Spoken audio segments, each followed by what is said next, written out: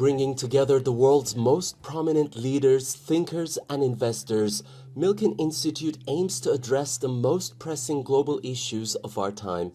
The state of the global economy was on top of the agenda in a session headlined by IMF Managing Director of the International Monetary Fund, who praised the strength of the U.S. economy but warned about the unsustainability of a U.S. debt. It stands at roughly $34 trillion.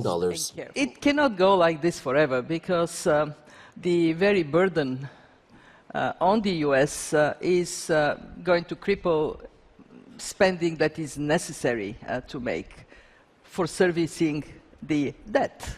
You know, to pay 17+% in debt service is just mind-boggling.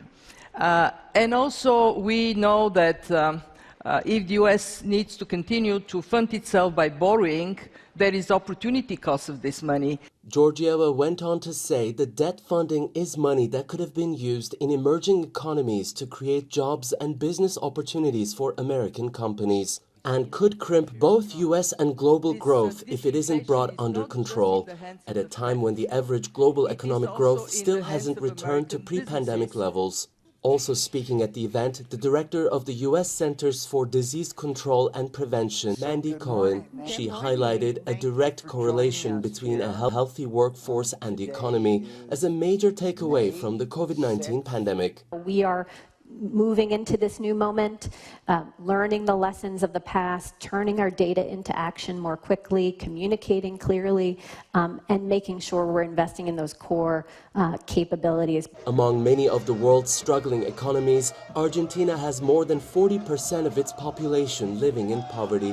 Having slashed public spending, Argentine President Javier Milei's fiscal reforms have produced Argentina's first quarterly budget surplus in 16 years. Free enterprise capitalism as an economic system is the best tool that we as a species have known to end hunger, poverty, and destitution throughout the entire planet.